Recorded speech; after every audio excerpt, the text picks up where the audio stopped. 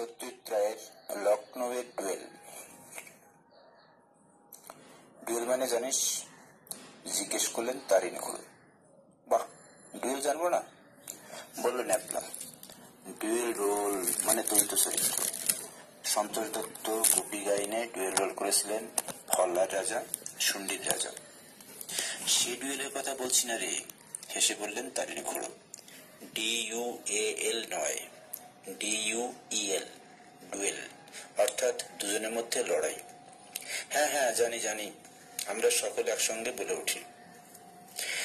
এই ডুয়েল নিয়ে এককালে কিছু পড়াশোনা করেছিলাম নিজের শখে, বললেন তারিণী খুড়ো। 16শ শতাব্দীর শেষ ভাগে ইটালি থেকে ডুয়েলিং এর রেয়াজ ক্রমে সারা ইউরোপে ছড়িয়ে পড়ে। তখন তরোয়াল জিনিসটা ছিল ভদ্রলোকদের পোশাকের একটা অঙ্গ, আর অশি চালনা বা ফেন্সিং শেখাটা পড়তো সাধারণ শিক্ষার মধ্যে। একজন হয়তো আরেকজনকে অপমান করলো, অমনি অপমানিত ব্যক্তি ইজ্জত বাঁচাবার খাতিরে অন্যজনকে ডুয়েল চ্যালেঞ্জ করলো। এই চ্যালেঞ্জ অগ্রাহ্য করাটা রেয়াজের মধ্যে পড়তো না, ফলে শর্ট ফাইট শুরু হতো। মান যে বাঁচবেই এমন কোনো কথা নেই, কারণ যিনি চ্যালেঞ্জ করেছেন তিনি অশি চালনায় তেমন নিপুণ নাও হতে পারেন, কিন্তু তাও চ্যালেঞ্জ করা চাই, কারণ অপমান হজম করাটা সেকালে অত্যন্ত হেয় বলে গণ্য করা হতো। বন্দুক পিস্তলের যুগে অবশ্যই পিস্তলই হয়ে গেল ডুয়েলিং এর অস্ত্র। সেটা 18 শতাব্দীর ঘটনা।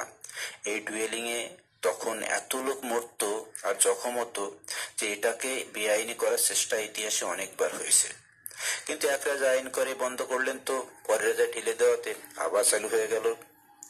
আর কত রকম তার আইন কানুন। দুজনকেই হুবহু একরকম অস্ত্র ব্যবহার করতে হবে, দুজনের একটি করে সেকেন্ড বা আম্পায়ার থাকবে যাতে কারচুপির রাস্তা বন্ধ হয়, দুজনকে দাঁড়াতে হবে এমন জায়গায় যাতে পরস্পরের মধ্যে আন্দাজ 20 গজের ব্যবধান থাকে, আর চ্যালেঞ্জারের সেকেন্ড ফায়ার বলা মাত্র দুজনের একসঙ্গে গুলি চালাতে হবে। তোরা জানিস কিনা জানি না, এই ভারতবর্ষেই, না ভারতবর্ষে কেন, এই কলকাতাতেই আজ থেকে 200 বছর আগে এক বিখ্যাত ডুয়েল লড়াই হয়েছিল। ন্যাপলা দেখলাম জানে না, সেও আমাদের সঙ্গে মাথা নাড়ল। যে দুজন লড়েছিলেন বললেন তারিণী খুড়ো। তাদের একজন তো জগৎ বিখ্যাত, তিনি হলেন ভারতের বড়লাট ওয়ারেন হেস্টিংস। প্রতিপক্ষের নাম ফিলিপ ফ্রান্সিস। ইনি ছিলেন বড়লাটের কাউন্সিলের সদস্য। হেস্টিংস কোনো কারণে ফ্রান্সিসকে একটি অপমান সূচক চিঠি লেখেন। ফ্রান্সিস তখন তাকে ডুয়েল চ্যালেঞ্জ করেন। আলিপুরে, তখন এখন যেখানে ন্যাশনাল লাইব্রেরি, তারই কাছে একটা খোলা জায়গায় এই ডুয়েল হয়। ফ্রান্সিস চ্যালেঞ্জ করছেন, ফলে তারই এক বন্ধুকে জোড়া পিস্তল জোগাড় করতে হলো এবং তিনি ফায়ার বলে চেঁচালেন। পিস্তলও চলেছিল একই সঙ্গে, কিন্তু মাটিতে জখম হয়ে পড়লেন মাত্র একজনই, ফিলিপ ফ্রান্সিস। তবে সুখের বিষয়, সে যখন মারাত্মক হয়নি। ইতিহাস তো হলো, বললো ন্যাপলা, এবার গল্প হোক। ডুয়েলিং যখন আপনার মাথায় ঘুরছে, তখন মনে হচ্ছে ডুয়েল নিয়ে নিখাত আপনার কোনো এক্সপিরিয়েন্স আছে। খুড়ো বললেন, তোরা যা ভাবছিস সেরকম অভিজ্ঞতা না থাকলেও যা আছে শুনলে তাক লেগে যাবে। দুধ চিনি ছাড়া চায়ে চুমুক দিয়ে পকেট থেকে এক্সপোর্ট কোয়ালিটি বিড়ির প্যাকেট আর দেশলাই বার করে পাশে তক্তপোষের উপর রেখে তারিণী খুড়ো তার গল্প শুরু করলেন। আমি থাকি তখন লখনৌতে।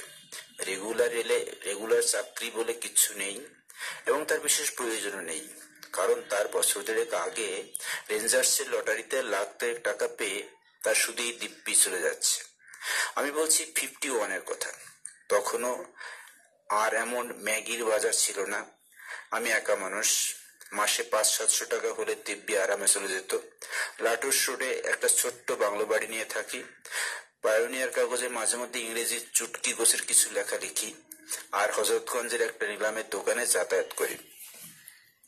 নবাবদের আমলের কিছু কিছু জিনিস তখনও পাওয়া যেত, সুবিধের দামে পেলে ধনী আমেরিকান টুরিস্টদের কাছে বেচে 2 পয়সা লাভ করা। অবশ্যই আমার নিজেরও যে শখ ছিল না তা নয়। আমার বৈঠকখানা হলে ছোট হলেও তার অনেক জিনিস ছিল এই নিলামের দোকানে কেনা। এক রোববার সকালে দোকানে গিয়ে দেখি জিনিসপত্রের মধ্যে রয়েছে একটা খয়েরি রঙের মেহগনি কাঠের বাক্স, 1 হাত লম্বা, 1 বিঘত চওড়া, ইঞ্চি 3 পুরু। ভিতরে কি থাকতে পারে আন্দাজ করতে পারলাম না, তাই জিনিসটা সম্বন্ধে কৌতূহল হয়ে গেল। নিলামে অনেক জিনিসই উঠেছে, কিন্তু আমার মনটা পড়ে গেল ওই বাক্সের দিকে। অবশেষে প্রায় 1 ঘন্টা অপেক্ষা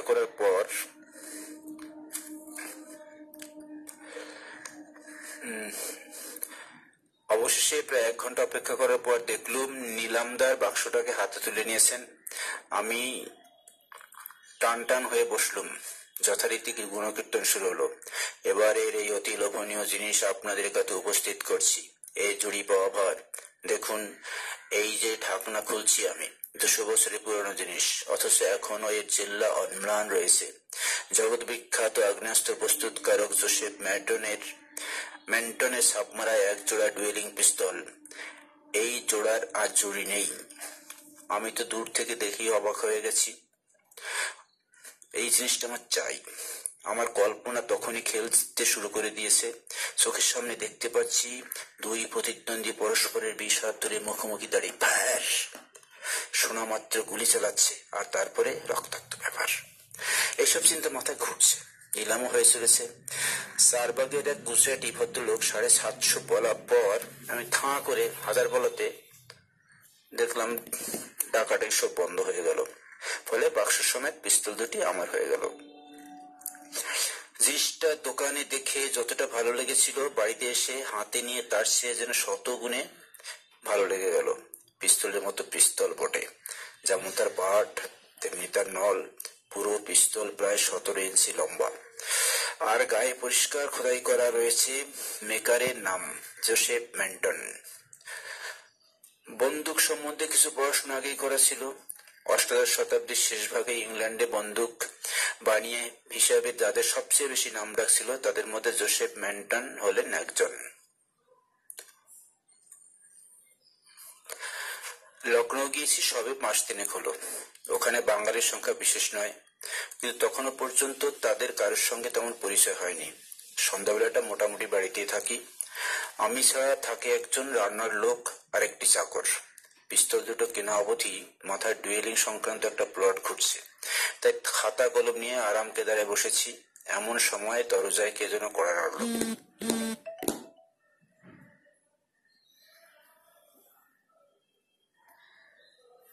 কোনো বিদেশি খদ্দের নাকি?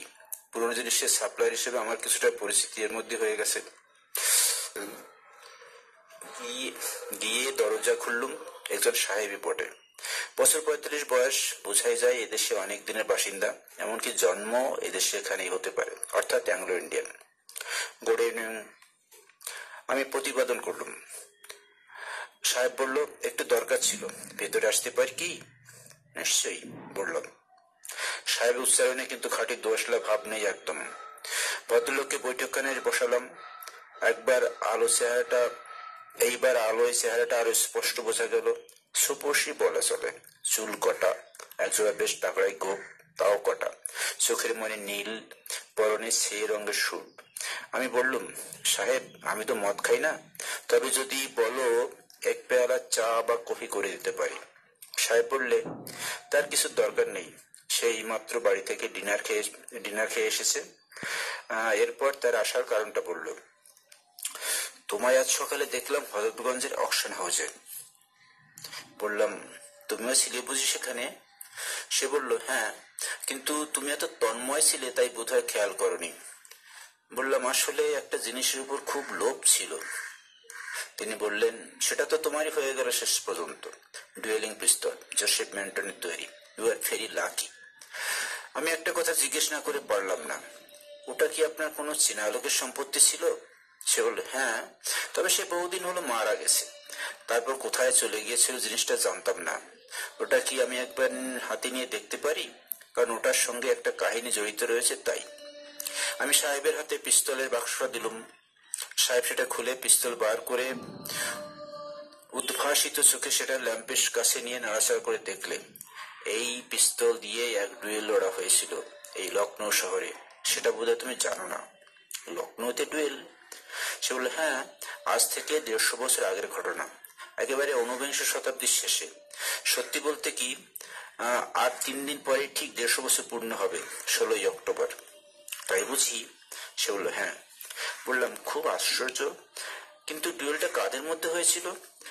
সাহেব পিস্তলটা ফেরত দিয়ে আবার সোফায় বসলেন। বললেন, সমস্ত ঘটনাটা আমার এক এমন পুঙ্খানুপুঙ্খভাবে শোনা যে আমি যেন চোখের সামনে দেখতে পাই। ডাক্তার জেরিমায়া হাডসনের মেয়ে অ্যানাবেলা হাডসন তখন ছিল লখনৌয়ের নামকরা সুন্দরী, ডাকসাইটের তরুণী। ঘোড়া চালায়, বন্দুক চালায়, দুটোই পুরুষের মতো। এদিকে আবার ভালো নাচতে পারে, গাইতে পারে। সে সময় লখনৌতে এক তরুণ ইংরেজ আর্টিস্ট এসেছেন, নাম ইলিংওয়ার্থ। তার আসল মতলব নবাবের ছবি এঁকে ভালো ইমাম পাওয়া।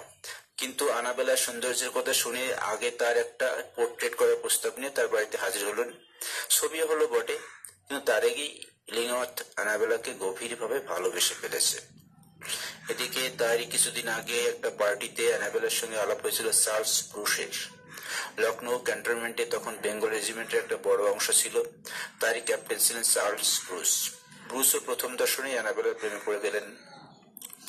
পার্টির দুদিন বাদে আর থাকতে না পেরে অ্যানাবেলার বাড়ি গিয়ে হাজির হলেন ক্যাপ্টেন ব্রুস। গিয়ে দেখেন একটি অচেনা তরুণ অ্যানাবেলার ছবি আঁকছেন। ইলিংওয়ার্থ তেমন জোয়ান পুরুষ না হলেও চেহারাটা তার মন্দ ছিল না। তার হাবে ভাবে তিনিও যে অ্যানাবেলার প্রতি অনুরক্ত সেটা বুঝতে ব্রুসের দেরি হলো না। শিল্পী যাত্রাকে ব্রুস এমনিতেই অবজ্ঞা করেন।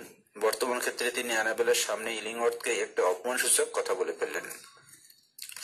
ইলিংওয়ার্থের এর মধ্যে যা গুণ ছিল তা সবই শিল্পী সুলভ গুণ, আর তার প্রবৃত্তিগুলো ছিল কোমল। কিন্তু আজ অ্যানাবেলার সামনে এই অপমান তিনি হজম করতে পারলেন না। তিনি ব্রুসকে ডুয়েলে চ্যালেঞ্জ করে বসলেন। ব্রুস ও খুশি মনে সে চ্যালেঞ্জ গ্রহণ করলেন। ডুয়েলের দিনক্ষণও ঠিক হয়ে গেল, 16ই অক্টোবর ভোর 6টা। তুমি জানো বোধ হয় যে যারা ডুয়েল লড়বে তাদের একজন করে সেকেন্ডের দরকার হয়। আমি বললাম, জানি। এরা আম্পায়ারের কাজ করে, অর্থাৎ লক্ষ্য রাখে যে ডুয়েলের নিয়মগুলো ঠিক মতো পালিত হচ্ছে কিনা। হ্যাঁ, সচরাচর এই সেকেন্ডটি হয় যে ডুয়েল লড়বে তার বন্ধুস্থানে কেউ। লখনৌ শহরে ইলিংওয়ার্থে পরিচিতের সংখ্যা বেশি না হলেও সরকারি দপ্তরের এক কর্মচারীর সঙ্গে তার বেশ আলাপ হয়েছিল। এর নাম হিউ ডামন্ড। ইলিংওয়ার্থ ডামন্ডকে অনুরোধ করলেন একজোড়া ভালো পিস্তল জোগাড় করে দিতে, কারণ ডুয়েলের নিয়ম অনুযায়ী দুটো পিস্তল ঠিক একরকম হওয়া চাই। এছাড়া ইলিংওয়ার্থের দ্বিতীয় অনুরোধ হলো ডামন্ড যেন তার সেকেন্ডের কাজ করেন। ডামন্ড রাজি হলেন। অন্যদিকে ক্যাপ্টেন ব্রুসও তার বন্ধু ফিলিপ ম্যাকসনকে তার সেকেন্ড করলেন। ডুয়েলের দিন এগিয়ে এলো। এর ফলাফল যে কি হবে সে সম্বন্ধে কারোর মনে কোনো সন্দেহ নেই, কারণ পিস্তলে ক্যাপ্টেন ব্রুসের লক্ষ্য অব্যর্থ, আর ইলিংওয়ার্থ ছবি তুলি চালনায় নিপুণ হলেও পিস্তল চালনায় একেবারেই অপট। এই পর্যন্ত বলে সাহেব থামলো। আমি ব্যগ্রভাবে জিজ্ঞেস করলাম, শেষ পর্যন্ত কি হলো? সাহেব মৃদু হেসে বলল, প্রতি বছর 16ই অক্টোবর ভোর 6টায় কিন্তু এই ঘটনার পুনরাবৃত্তি ঘটে। বললাম, কোথায়? তিনি বললেন, ঘটনাটা যেখানে ঘটেছিল সেখানে দিলখুশার পশ্চিমে গোমতী নদীর কাছে একটা মাঠে তেঁতুল গাছের নিচে। পুনরাবৃত্তি মানে? তিনি বললেন, যা বলছি তাই।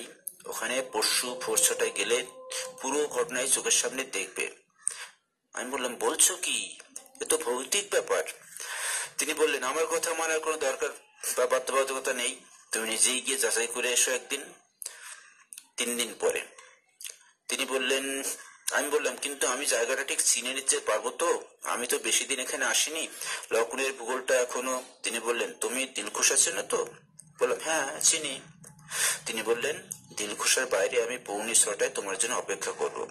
বললাম, বেশ, তাই কথা রইল। সাহেব বিদায় নিয়ে চলে গেল। তারপরে খেয়াল হলো যে ভদ্রলোকের নামটাই জানা হয়নি। অবশ্যই সেও আমার নাম জিজ্ঞেস করেনি। যাই হোক, নামটা বড় কথা নয়। যে কথাগুলো সে বলে গেল সেগুলি হলো আসল। বিশ্বাস হচ্ছিল না এই শহরেই এককালে এরকম রোমান্টিক একটা ব্যাপার ঘটে গেছে, এবং আমারই হাতে রয়েছে একজোড়া পিস্তল যেগুলো এই ঘটনার একটা বিশেষ ভূমিকা গ্রহণ করেছিল। কিন্তু শেষ পর্যন্ত কার ভাগ্যে জুটলো অ্যানাবেলা হাডসন? এবং আরো একটা প্রশ্ন, এই দুজনের মধ্যে কাকে ভালোবেসেছিল অ্যানাবেলা? আশা করি 16 তারিখের অভিযানে এসব প্রশ্নের জবাব মিলবে। ক্রমে এগিয়ে হলো 16ই অক্টোবর। 15ই রাত্রিরে একটা গানের জলসা থেকে বাড়ি ফিরছি। রাস্তায় দেখা সেই সাহেবের সঙ্গে। বলল, তোমার বাড়িতেই যাচ্ছিলাম তোমাকে মনে করে দেবার জন্য। আমি বললাম, আমি যে শুধু ভুলিনি তা নয়, অত্যন্ত উৎক্ষেপ হয়ে আগামীকাল সকালের জন্য অপেক্ষা করছি। সাহেব চলে গেল। ঘড়িতে অ্যালার্ম দিয়ে ভোর 5টায় উঠে 1 কাপ চা খেয়ে গলায় একটা মাফলার চাপিয়ে নিয়ে একটা টাঙ্গা করে বেরিয়ে পড়লাম দিলখুশার উদ্দেশ্যে। শহরের একটু বাইরে দিলখুশার এককালে নবাব সাদা তালির বাগান বাড়ি, চারিদিকে ঘেরা প্রকাণ্ড হরিণ পার্ক। সে পার্কে হরিণ ঘুরে বেড়াতো। কখনো সখনো জঙ্গল থেকে এক একটা চিতাবাঘ নাকি এসে পড়তো বাড়িটির সীমানায়। এখন সে বাড়ির শুধু খোলটাই রয়েছে, তবে তার পাশে একটা ফুল বাগিচা এখনো মেনটেন করা হয়। লোকে সেখানে যায় বেড়াতে। 6:20 গন্তব্যস্থলে পৌঁছে টাঙ্গালোকে বললুম, তুমি যদি আধ ঘন্টা অপেক্ষা করো তাহলে আমি আবার এই গাড়িতেই বাড়ি ফিরে যেতে পারি। উর্দুটা ভালো জানা ছিল আগেই, তাই বোধহয় খানদানি আদমি ভেবে টাঙ্গাওয়ালারা রাজি হয়ে গেল। গাড়ি থেকে নেমে কয়েক পা এগোতেই একটা অর্জুন গাছের পাশে দেখি সাহেব দাঁড়িয়ে। বললে, সেও নাকি 5 মিনিট হলো এসেছে। লেটস গো দেন। বললুম, চলো সাহেব, তুমি তো পথ জানো, তোমার পিছু নেবো আমি। মিনিট 5 হাঁটতেই একটা খোলা মাঠে এসে পড়লুম। দূরে বিশেষ কিছু দৃষ্টিগোচর হয় না, কারণ চারিদিকে একটা আবছা কুয়াশায় ঢাকা। হয়তো ডুয়েলের দিনেও ঠিক এমনি কুয়াশা ছিল। আগাছা আর কাটা ঝোপে বেড়া থেকে পোড়ো বাড়ির এক কাছে এসে থামলো। দেখেই বোঝা যায় সেই প্রাচীনকালে কোনো সাহেবের বাড়ি ছিল। অবশ্যই আমাদের কারবার এই বাড়িটিকে নিয়ে নয়। সেটাকে পিছনে ফেলে আমরা দাঁড়ালাম পূব দিকে মুখ করে। কুয়াশা হলো বেশ স্পষ্ট দেখা যাচ্ছে সামনে কিছু দূরে রয়েছে একটা তেঁতুল গাছ, আর তারই ডাইনে আমাদের কাছ থেকে 40 দূরে রয়েছে একটা বেশ বড় ঝোপ। আর সবকিছুর পিছন দিয়ে বয়ে চলেছে গোমতী নদী। নদীর পিছনে কুয়াশা হলেও আন্দাজ করা যায় ওদিকটা বসতি নেই। সব মিলিয়ে অত্যন্ত নিরিবিলি পরিবেশ। শুনতে পাচ্ছ? হঠাৎ সাহেব জিজ্ঞেস করলো। কান পাততে শুনতে পেল ঘোড়ার খুরের শব্দ। কাটা সমসম করছিল, তা বলছে না তা বলতে পারি না, তবে তার সঙ্গে একটা অভিনব অভিজ্ঞতার চরম প্রত্যাশা। এবার দেখলুম 2 অশ্বারোহীকে আমাদের বাড়ির থেকে বেশ দূরে এসে তেঁতুল গাছটার নিচে দাঁড়ালো। এরা দুজনে কি লড়বেন? আমি ফিসফিসে জিজ্ঞেস করলুম। সাহেব বলল, 2 জন নয়, 1 জন। 2 জনের মধ্যে লম্বাটি হলেন জন ইলিংওয়ার্থ, অর্থাৎ যিনি চ্যালেঞ্জ করেছেন। অন্যজন ইলিংওয়ার্থের সেকেন্ড, ও বন্ধু হিউ ড্রামন্ড। ওই দেখো ড্রামন্ড হাতে সেই মেহগনি বাক্স। সত্যি তো। এবার বুঝলুম আমার রক্ত চলাচল দ্রুত হতে শুরু করেছে। আমি যে 150 বছর আগের একটি ঘটনা আজ 1950 সালে লখনৌ শহরে দাঁড়িয়ে দেখতে চলেছি, সেই চিন্তা আমার হৃদস্পন্দন বাড়িয়ে দিয়েছে। মিনিট খানেকের মধ্যে দুটো ঘোড়ায় ক্যাপ্টেন ব্রুশ এবং তার সেকেন্ড ফিলিপ মকসন এসে পড়লেন। তারপর ড্রামন্ড বাক্স থেকে পিস্তল 2 বার করে তাতে গুলি ভরে ব্রুশ ও ইলিংওয়ার্থের হাতে দিয়ে তাদের জন্য কি সব বুঝিয়ে দিলেন। পিছনের আকাশ গোলাপি হতে শুরু করেছে, গোমতীর জলে সেই রং প্রতিফলিত। ব্রুশ ও ইলিংওয়ার্থ এবার পরস্পরের মুখোমুখি দাঁড়ালেন। তারপর মুখ ঘুরিয়ে দুজনেই গুনে গুনে 14 পা হেঁটে গিয়ে আবার দাঁড়িয়ে পিছন ফিরে মুখোমুখি হলেন। এতক্ষণ পর্যন্ত কোনো শব্দ শুনতে পাইনি, কিন্তু এবার 2 প্রতিদ্বন্দ্বী পিস্তল উঁচিয়ে পরস্পরের দিকে তাক করার পর স্পষ্ট কানে এলো ডায়মন্ডের আদেশ, ফায়ার। পর মুহূর্তে শুনলাম একসঙ্গে 2 পিস্তলের গর্জন। আশ্চর্য হয়ে গেলাম যে ব্রুশ ও ইলিংওয়ার্থের দুজনের দেহই একই সঙ্গে মাটিতে পড়ল। সেই সঙ্গে আরেকটি দৃশ্য আমাকে আরো অবাক করে দিল। যে ঝোপটার কথা বলেছিলাম, সেটার পিছন থেকে এক মহিলা ছুটে বেরিয়ে কুয়াশায় অদৃশ্য হয়ে গেলেন। ফলাফল তো দেখলে, বলল সাহেব, এই ডুয়েলে 2 জনের মৃত্যু হয়েছিল। বললাম, তা তো বুঝলাম, কিন্তু ঝোপের পিছন থেকে একজন মহিলা বেরিয়ে চলে গেলেন, তিনি কে? That was Annabella. অ্যানাবেলা? তিনি বললেন, ইলিংওয়ার্থের গুলিতে ক্যাপ্টেন ব্রুস মরবে না এটা অ্যানাবেলা বুঝেছিল, অথচ দরকার ছিল যাতে দুজনেই মরে। তাই সে আর ঝুঁকি না নিয়ে ফায়ার বলার সঙ্গে সঙ্গে নিজের পিস্তল দিয়ে ব্রুসকে মারে। ইলিংওয়ার্থের গুলি ব্রুসের গায়ে লাগেইনি। কিন্তু অ্যানাবেলার এই আচরণের কারণ কি? সাহেব বললেন, কারণ সে এই দুজনের একজনকেই ভালোবাসেনি। সে বুঝেছিল ইলিংওয়ার্থ মরবেন এবং ব্রুস বেঁচে থেকে ওকে বিরক্ত করবেন। সেটাও চায়নি, কারণ সে আসলে ভালোবাসত আরেকজনকে, যাকে সে পরে বিয়ে করে এবং যার সঙ্গে সে সুখে ঘর করে। আমার চোখের সামনে দেখতে পাচ্ছি যে 150 বছরের পুরনো ডুয়েলের দৃশ্য দ্রুত মিলিয়ে আসছে। কুয়াশাও যেন আরো ঘন হচ্ছে। আমি আশ্চর্য অ্যানাবেলার কথা ভাবছি। এমন সময় একটা নারী কণ্ঠ শুনতে পেয়ে চমকে উঠলাম। Hugh, Hugh! অ্যানাবেলা ডাকছে, বললেন সাহেব। আমার দৃষ্টি আবার সাহেবের দিকে ঘুরতে শরীরের মধ্যে দিয়ে একটা বিস্ময় আতঙ্কের শিহরণ খেলে গেল। এ কাকে দেখছি চোখের সামনে? এর পোশাক বদলে গেল কি করে? এ যে সেই 150 বছরের আগেকার পোশাক। তিনি বললেন, তোমাকে আমার পরিচয় দেওয়া হয়নি, বলল সাহেব। তার গলার স্বর যেন বহুদূর থেকে ভেসে আসছে। আমার নাম হিউ ডামন্ড। ইলিংওয়ার্থের বন্ধুকেই ভালোবাসতো অ্যানাবেলা। Good bye. আমি মন্ত্রমুগ্ধের মতো দেখলাম সাহেব ওই পুরো বাড়িটার দিকে অগ্রসর হয়ে কুয়াশার মধ্যে মিলিয়ে গেল। টাঙ্গা করে বাড়ি ফিরে মেহগনি বাক্সটা খুলে পিস্তল দুটো আরেকবার বার করলাম। নলে হাত পড়তে গরম লাগলো। এবার নলের মুখটা নাকের কাছে আনলাম। টাটকা বারুদের গন্ধ।